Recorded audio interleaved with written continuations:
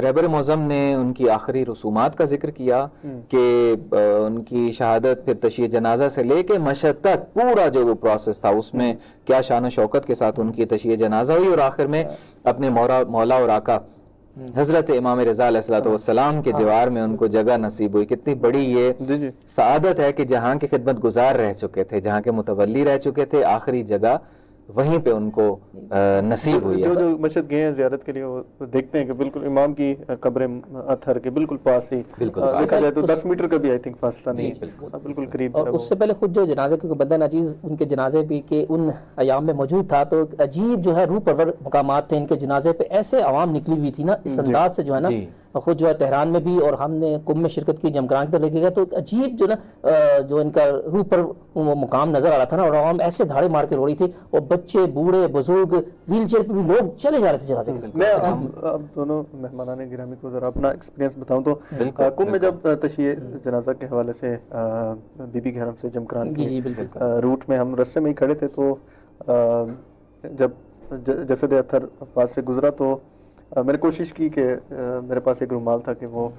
کہ جو ہے وہ جسد اطہر کے ساتھ مس ہو جائے ان کے تابوت کے ساتھ، تو وہ میں بسیجی آگے کی تو اوپر جو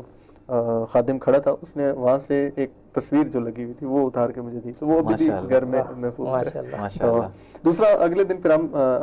رہبر شہید آیت اللہ سید علی خامنائی نے جنازہ پڑھایا، تو اس وقت ہم اس خدا نے توفیق دی، ہم وہاں تھے، اس جنازے میں بھی تھے، اور بتانے کا مقصد یہ ہے کہ جب آقا نے یہ الفاظ دہرائے تھے کہ اللہم انا لا نعلم منہم الا خیرا، تو اس وقت جو ہے وہ تمام جتنے بھی وہاں پہ جنازہ پڑھنے والے لوگ تھے وہ رونے لگ پڑے، اور لاکھوں کی تعداد میں وہ جنازہ تھا، اور سب جو ہے وہ یہی کہہ رہے تھے کہ واقعاً جو یہ الفاظ ہیں ان کے حقیقی مصداق یہ آیت اللہ سید ابراہیم ریسی اور ان کے جانشینان ہیں۔ حقیر کی بھی یہی کیفیت تھی کہ جب کم سے جمکران کی طرف جنازہ لے کے جایا گیا تو یہاں پہ ایک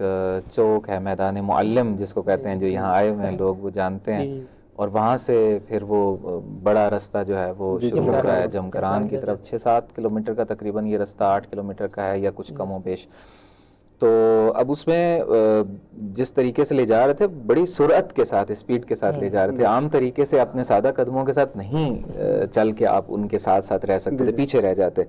تو اسی طریقے سے ابا کبا پہن کے امامے کے ساتھ ہم لوگ جنازے کے بالکل پیچھے بے ساختہ، پتہ نہیں چل رہا تھا کہ ہم کیا کر رہے ہیں، اور دوڑتے چلے جا رہے تھے، اور دل کے اندر جو ایک فیلنگ تھی اور ایک احساس تھا وہ یہ تھا کہ آج کے زمانے میں، اس غیبت کے زمانے میں، امام زمان علیہ السلام کے حقیقی جو سپاہی تھے یہ انہی میں سے ایک تھے، جس طریقے سے یہ خدمت کر رہے تھے، تو آج حق بنتا ہے کہ ان کے جنازے کے ساتھ چلا جائے اور ان آخری مراسم میں جو ہے ایک شامل رہا جائے۔